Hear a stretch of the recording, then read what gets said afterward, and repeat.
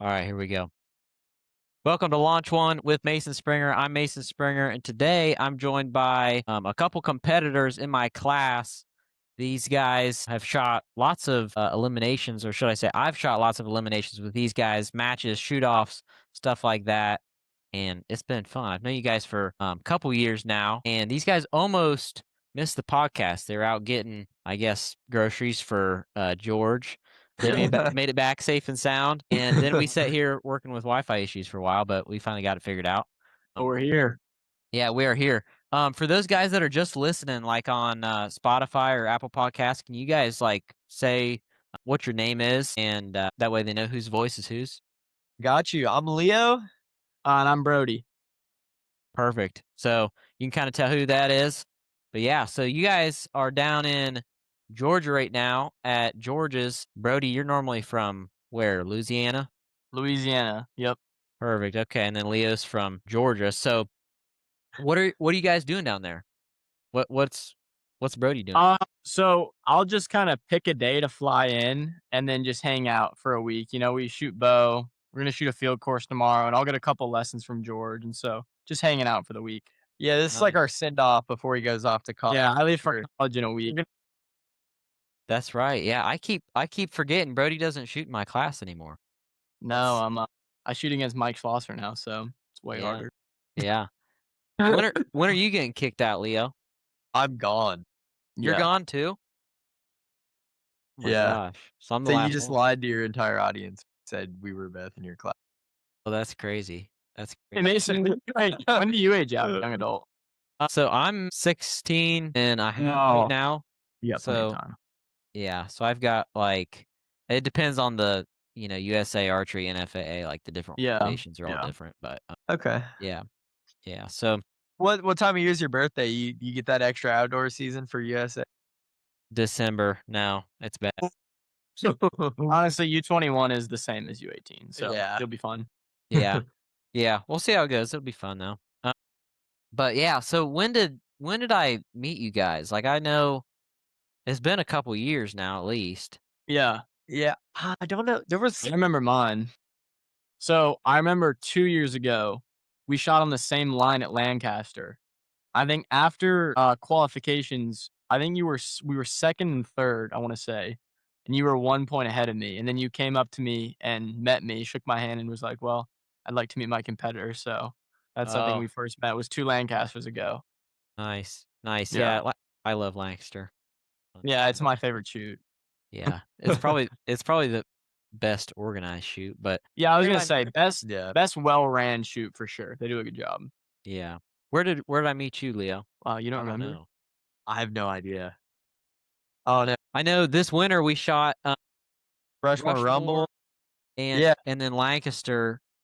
We had like a shoot off Matches in both of those, basically. Yeah. Yeah, that was kind of funny. Like, what was the Rushmore? I remember we were sitting over there, and I think it was a shoot off for third, right? And then because the other guy didn't show up, and so it was just me and you, and we shot off, and like that was pretty cool. You know, they got all the big cameras and stuff.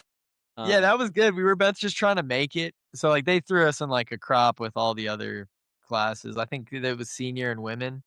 Yeah, And we were just trying to make it as far as they could go. And I think we did. I think we did because they had like I think we were the last ones up there. Yeah, so that we did what we set out to do. You beat me at that one, but I got my get back at Lancaster. Yeah.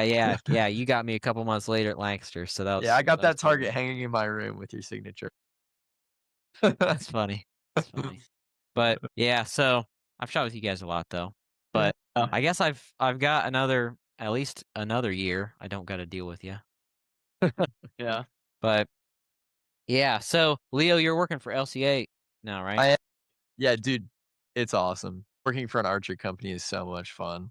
Really? Because so I'll be working like building bow presses, all sorts of stuff. And then on my lunch break, I can go outside and shoot a 72 arrow round at 50 meters. Oh yeah. On a lunch break. It's the best thing ever. And it's like, huh? What do you actually do there? I heard you got like some kind of record or something. So I have the record. I am the press record holder. 72 bow presses in one day. I build all sorts of stuff. I'll build the motors, the bow presses, the wheels. I'll build all sorts of stuff. Would you be the record And by?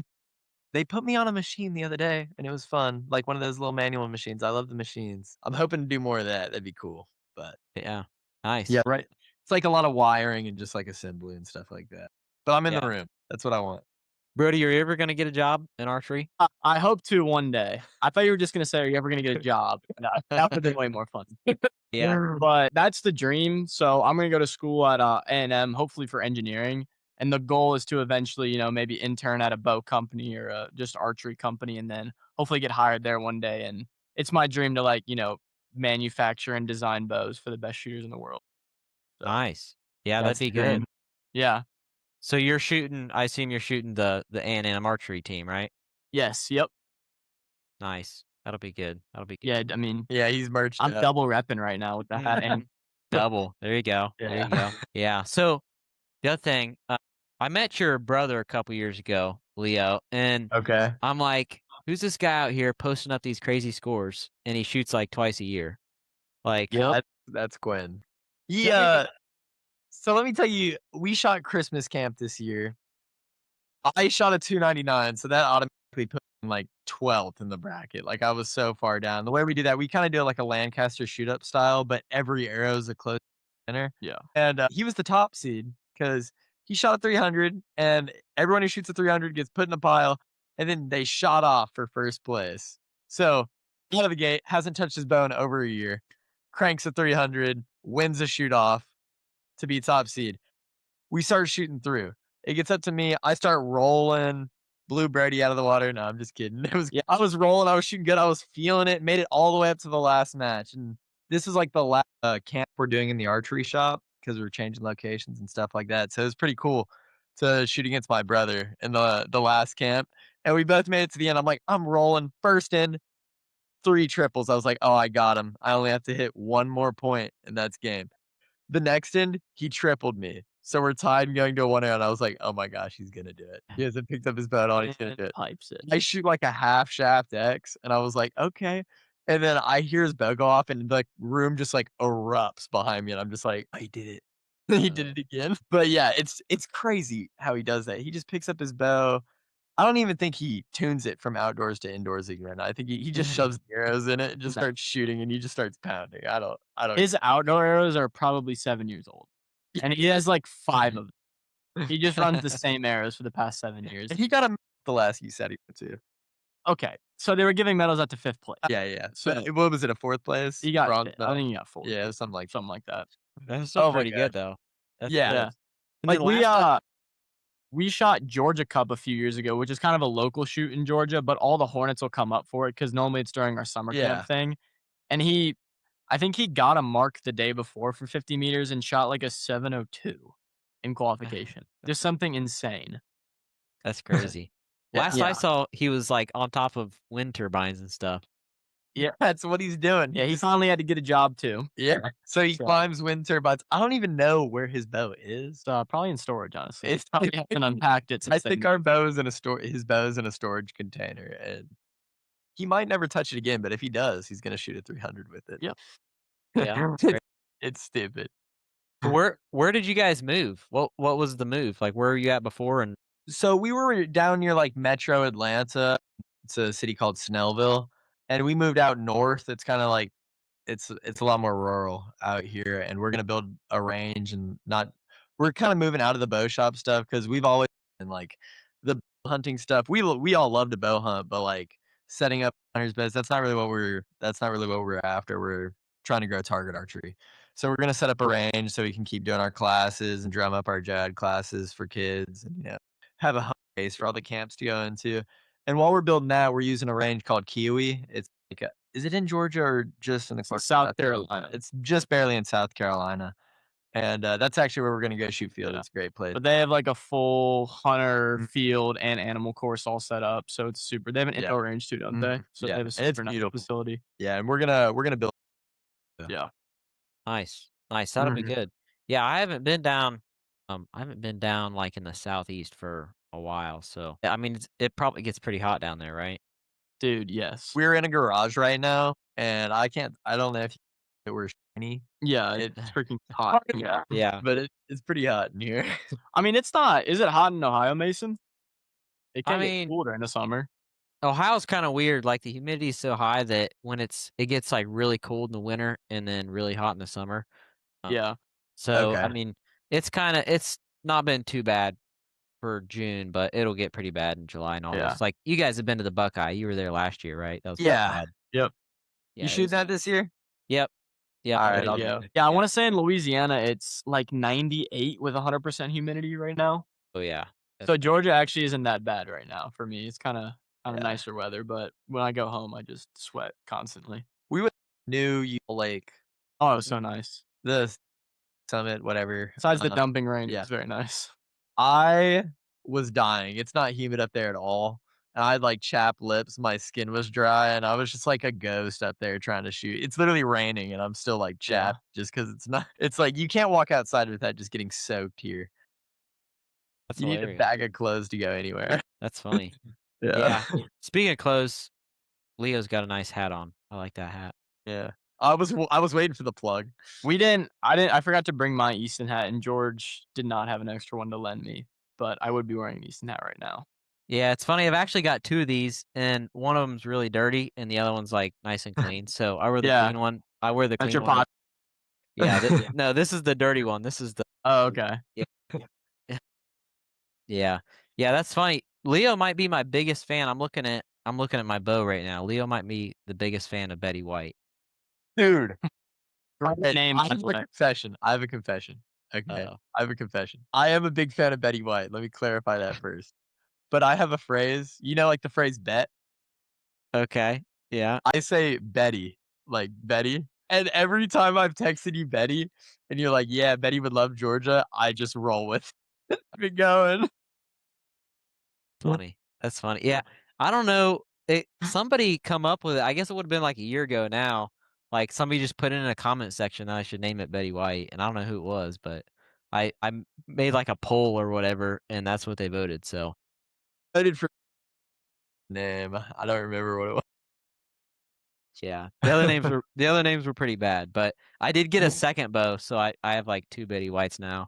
I thought about Oh, naming the other okay. one, but it's just gonna be Betty White #1 and Betty White #2. Okay. Yeah. I Keep it simple. got my big green one, the 40, that's Joker. And then I have a pink one. And it doesn't have green on it yet, but it will. And it's gonna be Harley Quinn. So I got the twins. There you go. What bow Yeah, are you Brody- shooting?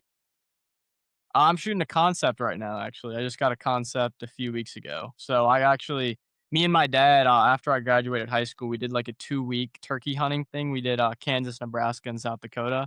And then I was going to fly straight from South Dakota to the USAT in Salt Lake. So the bow came, I think, the day we left. So I didn't get to set it up until after Salt Lake. So I kind of had my PSE's like maiden voyage at the USAT and then set up this concept. Yeah. Nice. Nice. How have you been shooting the concept very much? I've shot it now for the past few weeks. Yeah. So I've been home since the USAT, so I've been able to shoot it pretty much every day. Nice. Nice. I know you've been shooting them PSEs for years, so Yeah, I am a PSE fan. Yeah, but this new Hoyt shoots very good.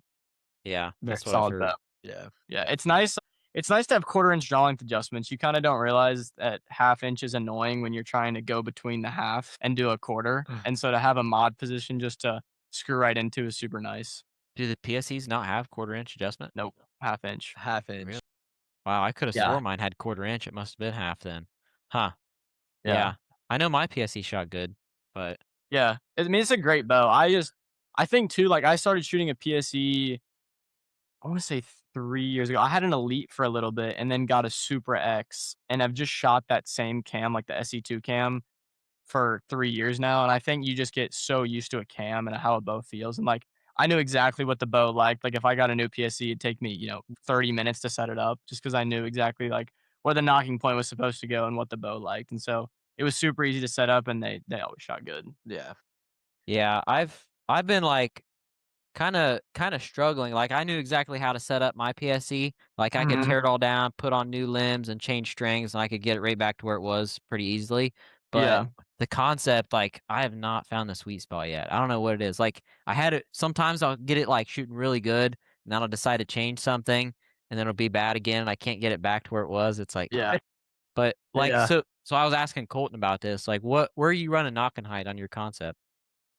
For me, I'm kind of like simple. I kind of keep it simplistic. So I've pretty much ran my middle because that's what worked on my PSEs. Like I found on my PSE, like middle worked really, really well. I did the whole like move your loop up and down the string, and I found that middle just held the best out of all of them. And so I tied my loop in the middle of my concept, but I haven't run it up and down the string. But that is probably something I'm gonna do soon because I got a little bit. Since college starts, I'm not gonna go to any of the rest of the outdoor shoots. So I got some time to kind of tinker around and play with knocking height and other stuff. Yeah, I know. I think I sent a text to Leo. It's been a few months now about where I should put my knock height because I didn't know. And I had measured my bow out, and I'd measured the burger hole on the Hoyt is like a 1/4 inch above center. And I asked Leo, I said, Remember this? is the burger hole supposed to be a 1/4 inch above? Yeah, are you pulling it up? Yeah, hold on. Perfect. And I talked about that to Roland the other day, and he's Mhm. like, "Yeah, the burger hole is a 1/4 inch above zero." And I'm like, I did not know that. I thought it was centered. Because it was Basically, when Leo was wrong. were your PSEs all like in the center? Yeah, burger hole the position? PSEs Yeah. were all in the center. Yeah, hold on. And then actually grab a bow. Hold on. Yeah. yeah, This is news to me. I've never heard of this. yeah. So the Hoyt, I guess, is like doing the prime thing with the center grip. I don't know. So you're saying if you took the measurement of the riser and divided it in two, the burger hole would be Here, take this 1/4 one. inch higher, correct? Yeah. Yeah. That's according to what Roland said just last week and what I've measured. Yeah, that's what I'm getting. Like if you measure from like limb tip to limb tip or from axle to yeah, there Okay. you go. Hold on, I got one. We're in a there's so many bows in here that we can kind of compare. Wait, I don't know if that bow is above center. I know the Yeah. concept. We have every generation of Hoyt bow from 3 years. Okay. There's no Stratus in here. Oh, there's no shadows? No. Well, there's one in my room. Yeah, you pick a grab the one. Doesn't Quinn shoot a Stratus? Yeah, he does. That's because he doesn't care to set up a new bow. Okay, so I kind of. Let's see. You gonna take measure? We're gonna start with the oldest and move our way back. Hold on, let me lay this on this Okay. press over here. All If right. anybody listening to this is not watching on YouTube, you got to see the visual. Is that an Yeah. Invicta FX? What's up? Is that an Invicta or a Pro Comp? This is a FX comp. What generation is that in? Is that think before the Invicta? It's Prevail. Okay. It's Prevail generation. Gotcha. This is I think this came out either the year after or same year as the Prevail. That's 0 on the axle. Okay. What you got? 32.5. Divide. It should be 16 1/4. Yep. Oh my gosh. No. No. It's a 1/4 inch above. Yeah, it is a 1/4 inch above. I didn't know. No way. Hold on. It's gonna be the same on that bow then. Yeah, it's got to be. Maybe Mason, do this in camera. So You're right. They're all. It's- I did not know that. I had no idea. Yeah, I thought I was just going crazy. I don't know, but then Roland said something about it last week. I'm like, okay, I wasn't crazy. So But- maybe if you put the loop a 1/4 inch below center, you would be technically in the center of the bow. Maybe. But Correct. I know on my PSC, I ran my knocking point way above the burger hole, like a half inch Really? above the top of it. It was A crazy half? high. Yeah, it was crazy wow. high. And that's where I could get it to shoot the best. So I guess just by kind of prime, the throat of their grip is in the middle of the bow. So the burger Yeah. hole's 1.5 inches or so above it. Yeah.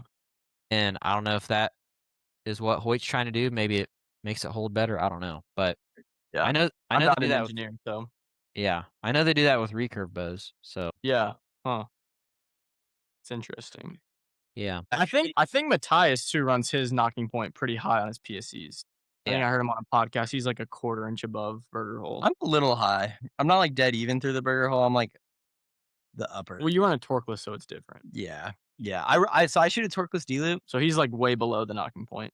Should I get that too? yeah, get that. Do you run asymmetrical knocks with that? Dude. Yeah. Dude, I wonder how many people know what a torqueless D loop is listening to this. Not very many.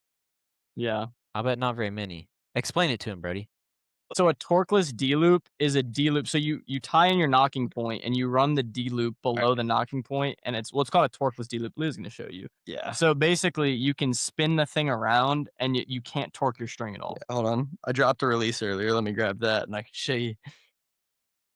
So I've just always shot these, so it's more of like a creature comfort for me, just because this is what I've always used. But like you see, I can do anything to my hand, and if you have a D loop, that's going to be turning your string left and right, but it's completely disconnected. That's one benefit of shooting these. The main reason that I do is that they last just as long as your string, so I don't have to change D loops out ever. So if I get a bow hitting, I never really have to play with it at all, and I just tie it in with dental tape and put a knocking point above. The only downside is you will lose a little bit of distance just because Yeah, your knock point's so much yeah. lower. But if distance is a problem for you, you can put it over the arrow and you'll gain distance. So Okay. there's not too many negatives to it, and I'm just used to it. A lot of people try it for a little bit and don't like it because it's a pain to like hook your release to until you get used to it. But I think the biggest problem too is you just can't like make one at home. It's so easy to buy a roll of D loop material and have hundreds of D loops. But So do you got to buy like different lengths and stuff? so he can make them. Yeah, I actually right behind Brody, there's 2 nails screwed in this thing. Here, move your shoulder a little bit, Brody. Right here, there's 2 nails. I can make them right here on these 2 nails, and then there's the string jig right here for strings. But Perfect. yeah, Yeah. really need is 2 nails and a 2x4, and I use mercury, the string material, and then just like size 19 serving.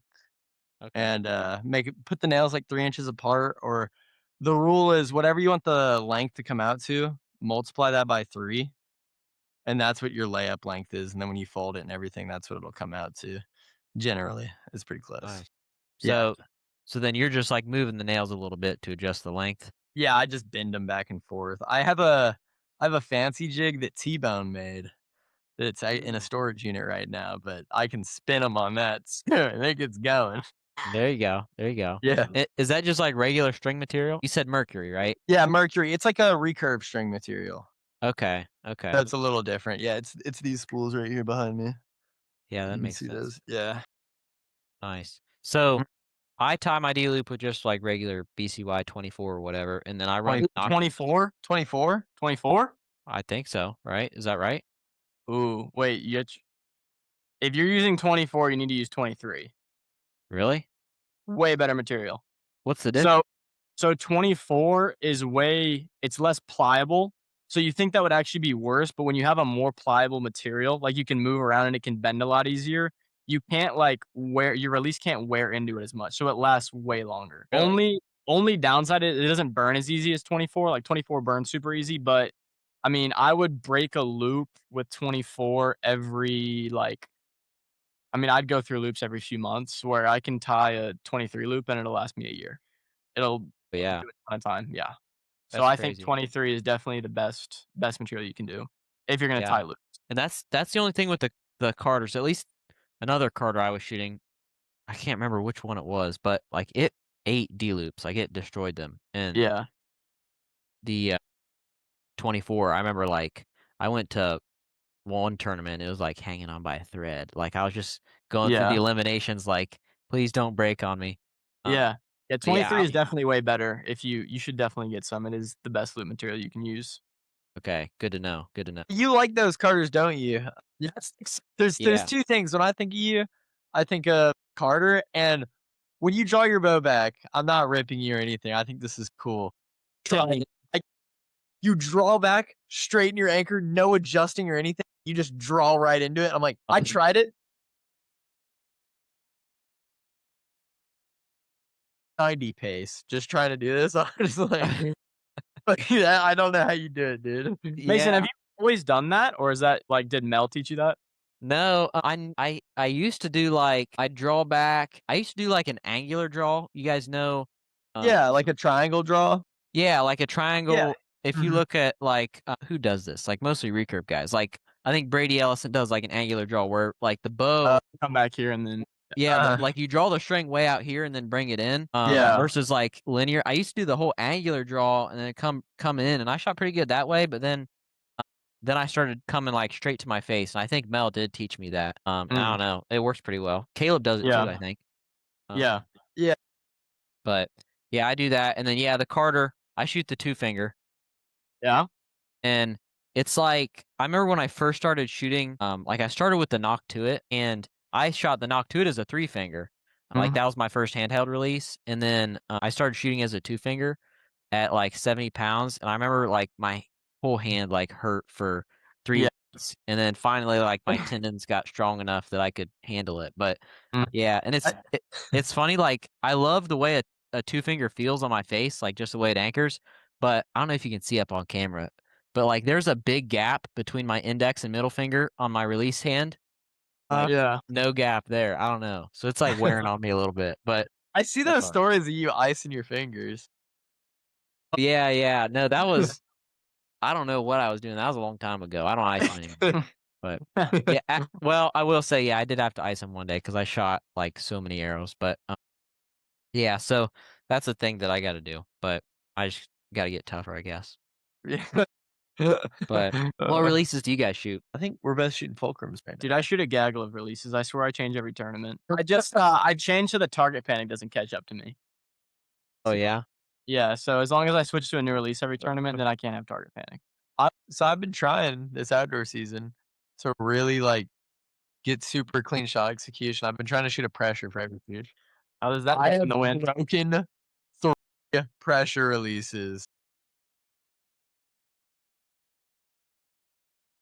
My fridge with my stabilizer, dropping my bow after I punched myself in the face, missed an arrow at an outdoor shoot because one broke. I don't know what I'm doing to these things, but I keep breaking them. So I'm shooting a hinge now. I've given up. I'm shooting a hinge. And like a resistance, like what Paige Yeah. Pierce was doing. Here, I got you. Tell them about shooting one in the wind. How fun is that? Shoot is like it's terrible. Yeah. It's like you're at full draw, you're chilling, you seeing everyone just smack it, and you're like going. All right, you finally get a little calm, you're just like, and then you can't make it. You can't. I don't know. I'm not a fan in the wind of the pressure. So I shot a 0 at every USAT this year in the wind with the pressure release. Because dude, it just takes me. There's nothing. I have a picture of Leo's target in the U set. It was like 2 10s, and then he goes a little left 9, and then the left 8, and then a 0. Just way left. Yeah. Like I'm shooting a fulcrum right now. I shoot a fulcrum and a kind of abyss interchangeably depending on the weather conditions. So Yeah, but a hinge mostly. yes, definitely a hinges. I will like all indoors. I'll run a hinge. If it's not like insane wind, I'll be shooting a hinge. Yeah, I don't know. I've never been able to hit very much middle with a hinge. I've always been like a thumb guy. Yeah. I'm really a thumb guy at heart. But dude, I just feel it in the back of my mind. I'm at like full draw. I'm like, It's a little demon. Yeah. I'm ready. Yeah. So I'm working my way back to that. I wanna shoot a button, but I flew too close to the sun. Yeah, I'm the same way. I really do want to shoot a button, but I feel like I'm just better with a hinge. I've tried. It seems like a cycle I do every season. I'm like, oh, I'm gonna shoot a button. I'm gonna shoot a button, and then I'm just like, I feel like I can feel like increase in back tension so much better with a hinge because something's actually rotating in my hand. So with a button, it's super static. So I feel like it's harder to feel it in my back. Or with a hinge, it's like I actually feel something rotating that I can build against. Yeah. Every shoot. Every shoot. Yeah, it is every shoot. Every shoot, he's like, I figured it out, Leo. Yeah. I'm running the button. The button, there's nothing better than a button. It's the most accurate release. And then he shoots a hinge by the second day. I don't know. Yeah, I Yeah. always used to be kind of like the same way. Like when I shot like my button, I would just like hold my thumb still and then like rotate the whole thumb button like body and make it go off that way. So it's kind of like a hinge, really. Yeah. Just so I could like feel it more in my back. But Yeah. then I got to talking to, I don't know who it was. It might have been Joel Turner, and he's like, "No, don't do that. Just try your thumb." I'm like, "Okay." So I tried it out, and I've been doing that ever since. It's kind of been working good for me. Okay. Yeah, there's different ways to do it, but so You just shot field trials, didn't you? I Yeah, did. tell us how was that course? Because we're gonna go shoot a field course tomorrow, and I heard that the one that y'all shot was pretty ridiculous. Yeah. So well, I'll say it this way. So if you guys shot a total archery challenge, I know your dad just went to one. Yeah, I've never shot one though. Yeah. So I mean, I've shot more than a few tacks, so like I'm pretty used to like the uphill, downhill, like kind of crazy shots like that. It's like I wasn't too crazed out about how hard the field trials was. Now, granted, I've never shot a target bow like uphill, downhill, so Okay. like the sidebar was kind of throwing me off a little bit, but other than Yeah. that, like I felt pretty good about it. Like I knew how to get good footing and stuff like that. But according to what I heard from everybody there, they're like, this is the hardest course I've ever shot. Like Oh, it wow. sounds Okay. like the only thing that rivaled this course is like some of the stuff they got in like the Alps in Europe. Yeah, like when they were doing the Okay. Pro Series stuff. Yeah, Have you shot Break the Barriers in I've not. California? I was gonna angles on that were crazy. Yeah, could be. I know Yeah. like one of the shots was so steep that you had to set your indicator like above the highest mark on your sight tape. It's like you were just kind of like like Wow. if your shortest distance is 10 yards, like you weren't going back down the sight for short range conversions. You're going up. Like that's how steep it Oh. was. So, Jeez. yeah, That's it's great. pretty crazy. Yeah. But yeah, so it was pretty fun though. I had fun doing it. Yeah. Like the Okay. judging part, I don't shoot I don't see enough 3D targets to like judge 3D very well. Dude, I hate it too. I'm so bad at it. I Right. kind of like it, but I'm just bad at it right now. Yeah, But, I tried it once for 4-H. We had to do like I did 4-H nationals a few years ago, and that was like judging 3D targets, and it was so bad. I hate judging with a passion. It's cool if you're good at it, but I just can't do it. I wouldn't even know if I hate it. I've never done it. I won't try. Well, you'll hate it, so it's not. I don't think I will.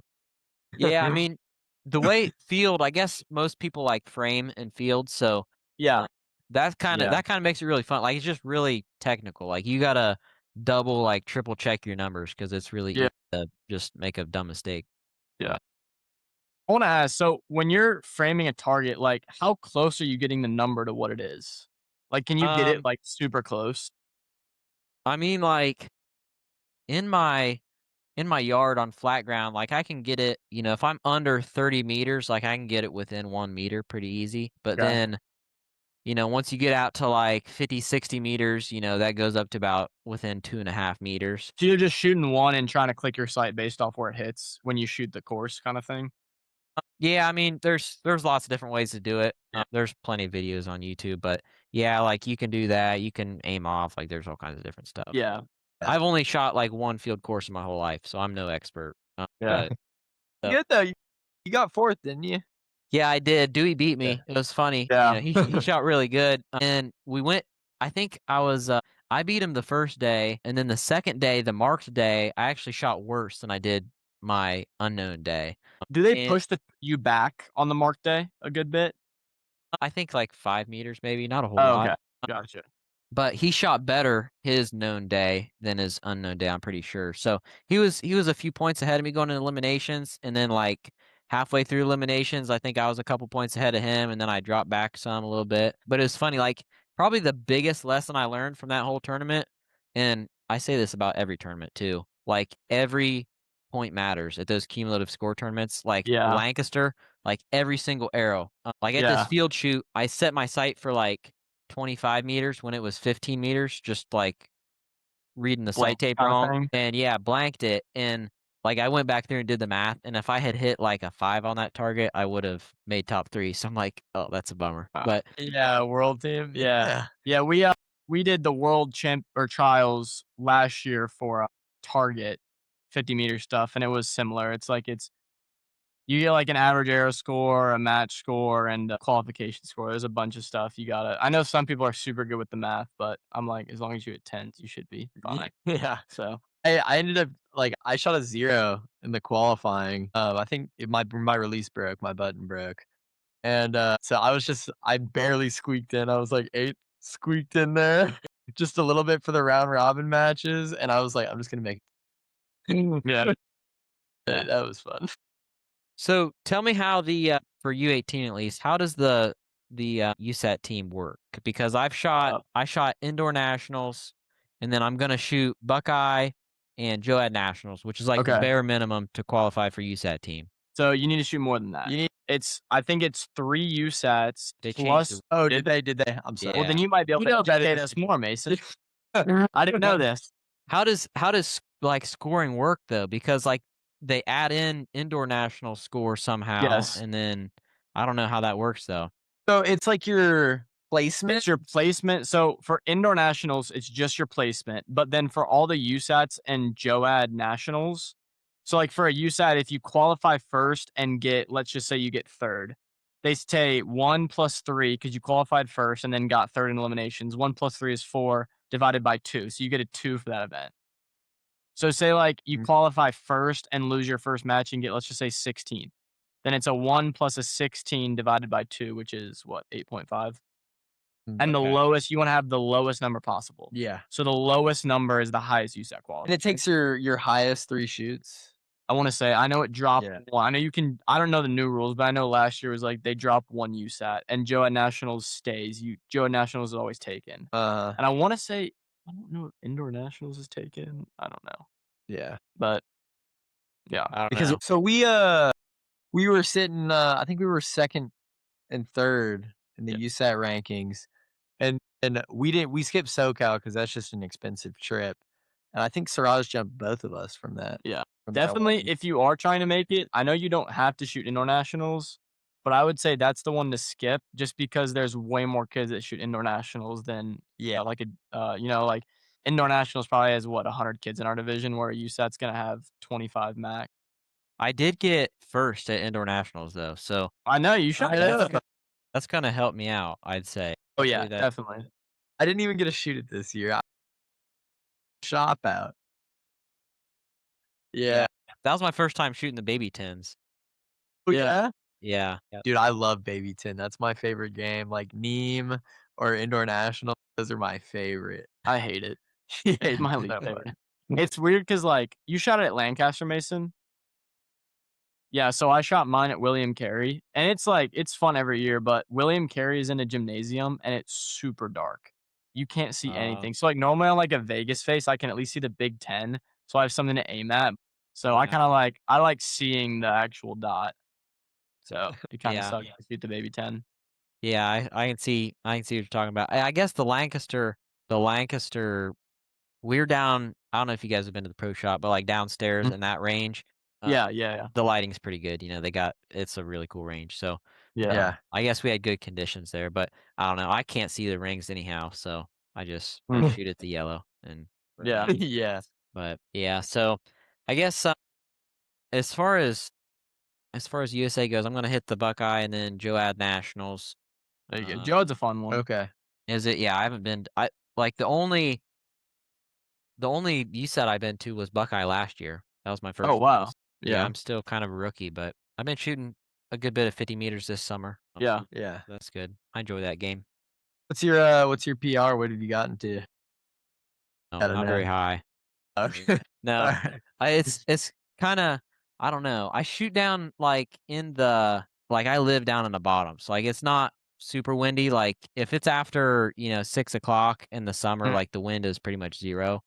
Yeah. So that's kind of nice, but the only problem is I don't get to practice in the wind very much. So like I'm the same way. Louisiana is like the least windiest state in the country, and so I shoot, and I have like trees surrounding me, so I never practice in wind. So like I go to Arizona Cup or Salt Lake, and I'm just like, what is this? But when we're shooting matches, it's always blistering. Yeah, so it's messed up every time because I have the favorable conditions. I'll be at like LCA or something, and like so LCA is like in a valley like this, and it's not typically crazy windy here. Behind my house, I shoot with tree cover, so there's no wind. But it's like this valley, and it like channels the wind. So you'll just be chilling, no wind, and the next thing you know, just nowhere.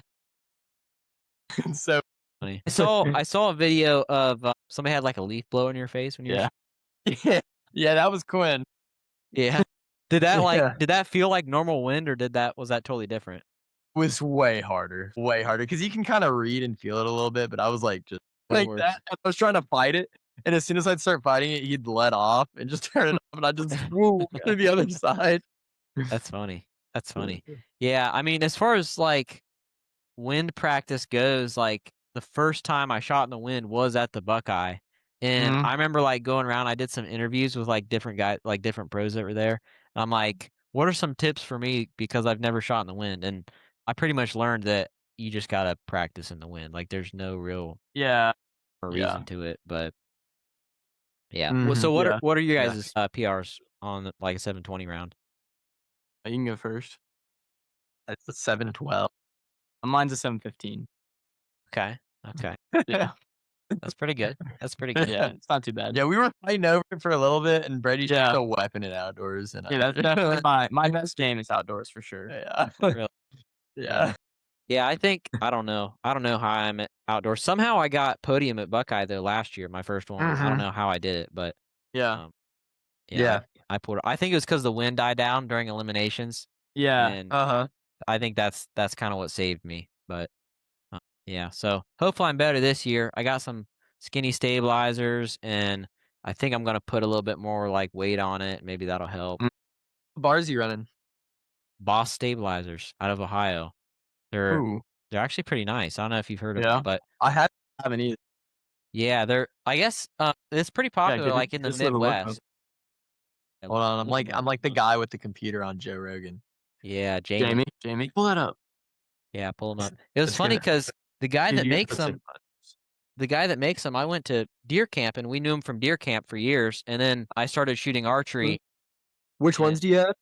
What series? I've shot the Helix, and then right now I'm shooting Vendetta Micros. Oh, Vendetta Micro. Oh, Click the wrong one. Oh my gosh, I'm terrible, Jamie. These are cheap too. No, because you have one 6-inch length. Yeah, that's the best thing. They're like so cheap, and I'm like, They're like $160. That's not bad at all. Not bad at all. yeah, Yeah. it's really good, and they shoot like really good for me too. So I don't know, but yeah, I hunt with those and shoot target with them. Oh, it's like raw carbon with a gloss. That looks good. That's I've got like all black ones, and they look like so good. Like a lot of the bars have like the weave in them. Yeah. Older ones had the weave, but I got some that are just like solid black with like black end caps, and I think they look so good. But, Yeah. yeah. That's Which sick. I don't know. It was funny, like when I was shooting the PSE, like I just had stuff scrapped together. Like I had this old trophy taker rest on there. Like, Dude, remember that thing? yeah, Because we shot in eliminations against each other at Buckeye, and I remember just hearing this bow go bang. I was like, and it was just your rest every time. An old trophy taker rest. yeah. I'm bringing it back out though this year for the Really? PSA bowhunter games. Yeah, There you go. Okay. yeah. All right.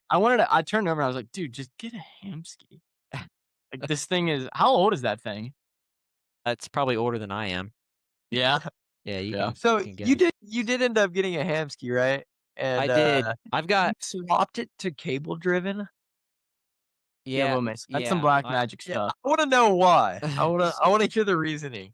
So it's funny, yeah. I've still got it in cable driven position right now, which is how I always ran the trophy taker. So I kind of do. Yeah. That's just what I'm used to. Okay.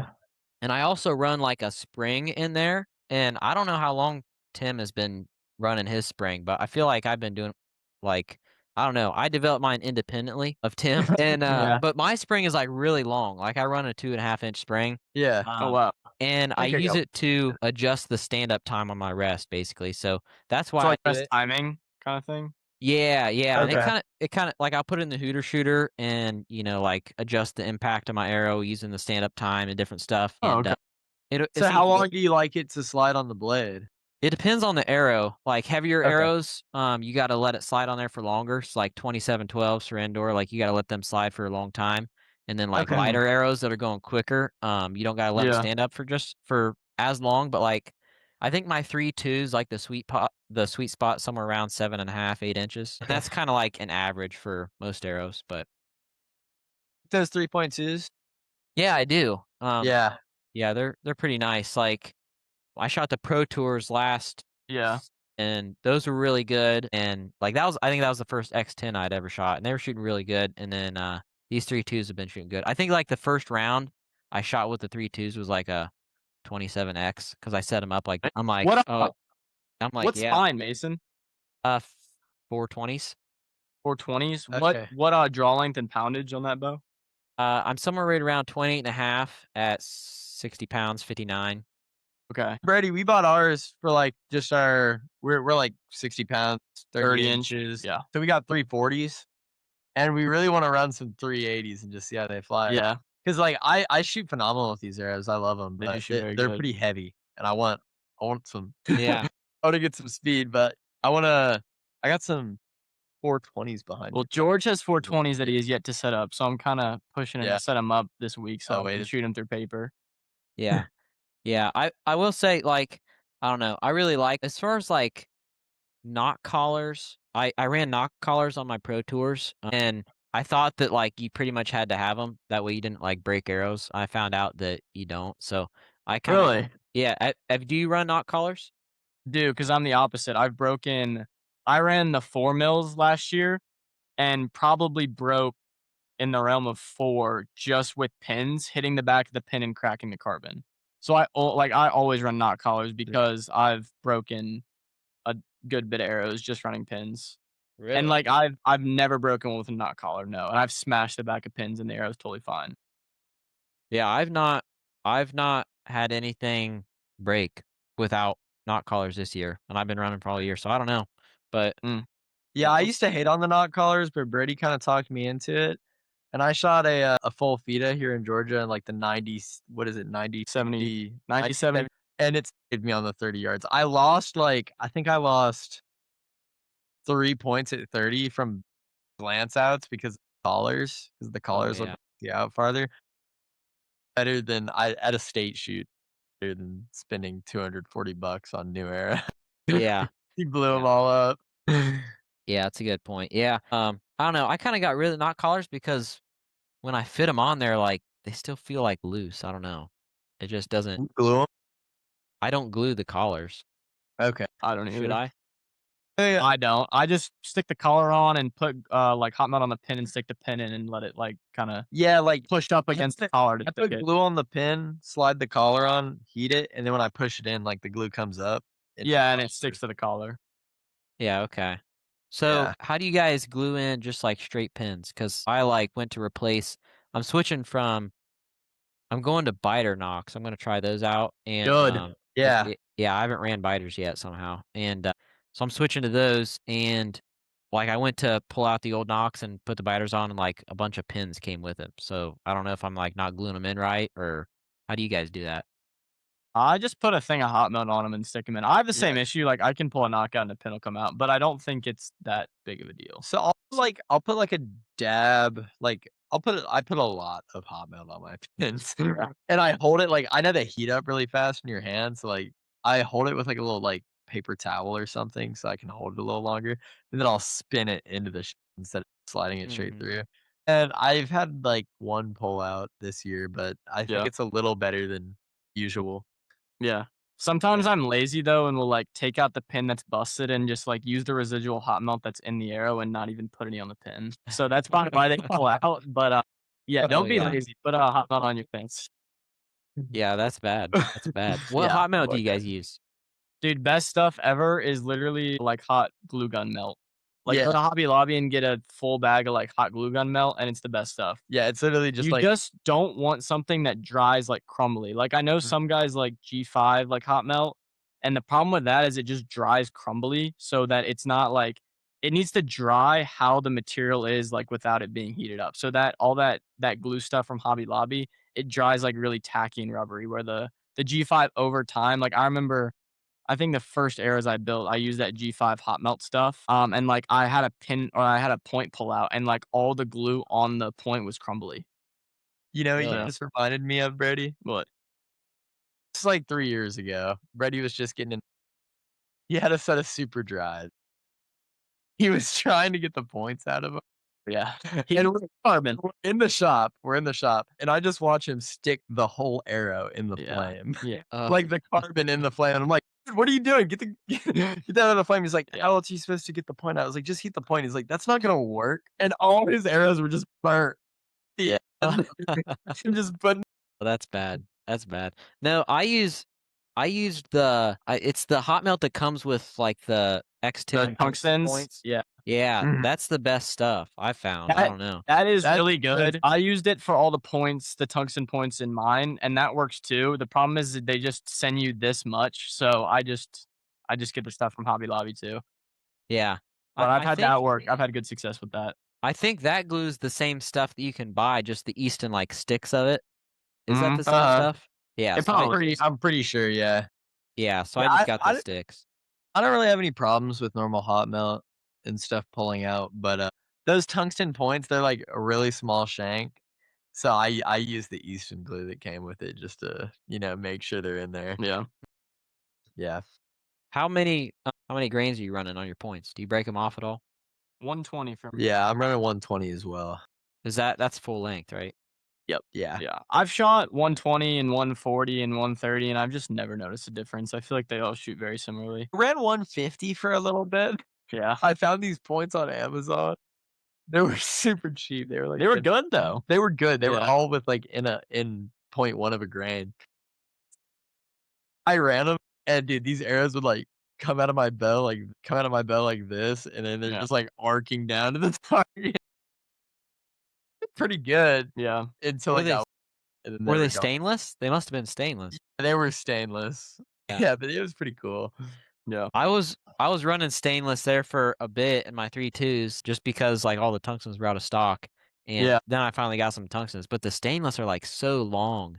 Like Yeah. especially in those 3.2s because they're so skinny. Yeah. Yeah. Like I know a couple guys that, especially with this 3.2s, apparently a lot of people are going kind of weaker arrows. Is like there will be guys that can run a whole size weaker, but use the stainless steel points to kind of like micro adjust spine, and so they can Yeah. run a weaker arrow with the shank, because the shank is so much longer, so it makes the arrow act stiffer. You know what I'm Yeah. working on? Leo, as in here's Leo's Really pitch to the stupid. internet. I don't recommend it for anyone, but I'm gonna do it anyways. I'm talking to my boss into we're drawing up. It's a stainless steel point, and it's gonna be like the shank's gonna be like that long. All gonna be at the front, so that way I can put an overdraw bracket on my bow, cut them super short so they're light, and then have this point stick out. Like the point's gonna be like that long, stick out, so I can still pick my arrow up to my wrist when it falls off. wait, so I see what you're saying. Yeah, That's crazy. so you can get a super weak arrow, cut it really short, and then use the point to kind of So stiffen it's like the arrow. stiff and then long points, so I can still pick it up. Yeah. Yeah. Yeah. That's pretty crazy. I mean, Yeah. yeah, I guess that makes sense. So, like when your arrow falls off your wrist, do you use your finger? That's what you do? Yeah. Yeah. Yeah, I don't know. I can't do that. I don't know. Use your mouth. Are you like a teeth person? You like I don't know. Mine just doesn't fall off. So, I shoot a blade rest, so I've kind of yeah. figured out how to pick them back up. I don't know. I can't get myself to do a blade. I don't know. Something must be wrong with me, but yeah. Yeah. Not a big I love mine. I'm sorry, I'm the devil's advocate on this podcast for the blade rest. how do you set up a blade? Dude, so this is really like, I don't do a lot, honestly. I really just set it up until it bullet holes, and I've never had vein contact issues. Like, never ever had vein contact issues at all. And so I'll just set it up until it bullet holes and it shoots good. So Yeah. I know, Is I'm that- sorry, I couldn't give you a way better answer than that. Pretty simplistic. Is that what do you guys do for like tuning your outdoor arrows? Like anything special? Just paper tune? group tune. It comes out the exact same for me every time. It's like a little high left, Yeah. and that it'll save me a little bit, but I try and work on myself more than I work on the bow because like especially from working in a bow shop, I dive down a rabbit hole on the bow and just totally stop practicing and just like have my bow Yeah. in pieces playing with it. So it's kind of like a gambling addict. You just can't do anything, or you're just gonna fall back into it. So I just try and work on my stuff because like I know if I have my bow tuned completely perfectly, I'm not gonna shoot nights like Jimmy or beating Mike Slosher in matches. So like there's more to fix here than there is on the bow. Yeah, And then once sure. I get up to that level, then I'll Yeah. deal with all that. Yeah. Yeah. I'll pretty much like, I start a bow with a bullet hole, and then I'll just shoot games and be like, because I think when you get to a certain level, you can diagnose stuff a lot quicker.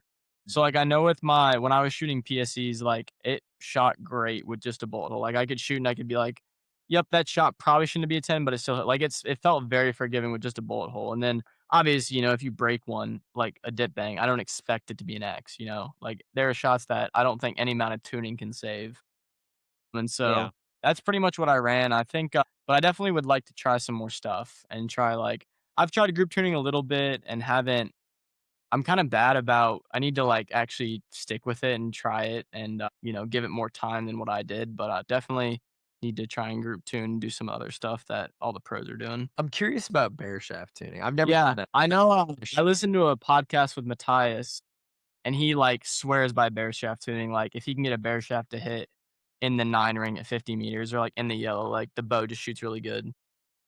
Yeah, I actually just talked about this in the podcast with Roland. So anybody Yeah. listening, go listen to that podcast. And like to summarize it, it sounds like Mike Slosher hits his bear shaft hits like 7 ring left is where he Yeah. likes it. Matthias tried that and he said he likes it there too now. And I can never get my bear shaft to hit in the middle or on the right either, like any arrow setup. So I guess that's where I like it too. I don't know, but yeah. So that's kind of where I'm at. And actually, it kind of reminds me, like you were talking about working on yourself. Like the biggest thing for me, I think, is just having like a forgiving arrow, and that way you don't got to tune it that much. Like I shot aluminums for the first time this indoor season, like 2712s, and those were like the best indoor arrow I had shot. Like they felt the most forgiving somehow, even though they're really stiff. And then I got some 2315s for indoor nationals, and then I was like, whoa, these things are crazy forgiving. So like I'm gonna go in this indoor season and I'm gonna shoot 2315s, I think, the whole time. Like I ran that for a few years. I'm the opposite. I think my 27 setup was better than my 23 setup. Now, I'll say this too. I didn't put a ton of time into 23s because I only shoot one shoot a year with 23s, and that's US Archery Indoor Nationals, which, like, if I'm going to rank all the indoor shoots, is one of the low ones, so I don't care that much about it. So I kind of just, like, shoot whatever arrows I have, whatever 23s I have laying around. But, like, my 27s, especially because I shot a Dominator Duo, like, indoor season, and I have a 30-inch draw length, which is similar to what Matthias shot. I just copied his build and it shot fantastic. So, I was like, if Matthias is doing it, then it'll probably work for me. Yeah, I ran 2318s for a few years, and then I just got like so heartbroken by like like those barely out tins. It's like a judge call. They call it out. I'm like, if I was shooting a 27, I would have smoked it. So I kind of fell into it, and I feel like they shoot the exact same because when I miss with a 27, it misses wider, so the thickness of the shaft doesn't save me anything. But it's just nice to know that it's there. Yeah. Yeah, it's funny when I shot like the first night that I set up 2315s, like I didn't even move my rest. I just threw them on there for my 27 setup, and like I was doing that, and then my stabilizers were all goofy for some reason. Like I could not hold worth a crap that night. And I went to like this league night or whatever, and I'd shoot and I'd be like, "Oh man, that was a 9." And I look and it's like an X. I'm like, "What the heck?" I'm shooting bad, but I think the arrows are shooting really good. So like then I just shot really good. Like I shot some good like tournament PBs with those. So I'm like, I'm gonna roll that into this coming indoor season and see what I can do. But I found success with mine just cutting them really short. Yeah. Like I'll take a 2315 and just cut it like not to the rest, but enough to where like it's past the actual shelf, and it that's always shot pretty good for me for the 23. Yeah, so my 23s, I do like an inch out from the riser, just because that's just what I like. Cut them down until I found a spot, and I like did 3 at a time, and then I cut them down too much to where they weren't shooting good, and then I kind of took the other ones and moved them back forward to where they were shooting good, and I think they're sitting at around 30. Yeah, I think mine are like 28. 30 inches. And for 27s, I just this is not very scientific of me, but I just cut them to where I could pick them up on the rest with a Jesse point. It's just random, and they shot great. So I will say, I think his, because I've shot his 27s, ended up being very similar to mine. Like they're pretty similar. yeah.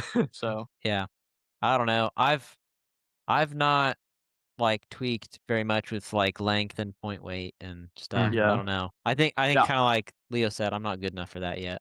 But yeah, I literally copied Matthias' setup and shot it for so long now, and it's always been forgiving. So I'm like, why try and change it? It always is shot good. yeah, there you go. Do you know what that setup is? What his setup is? Man, I want to say best of mine.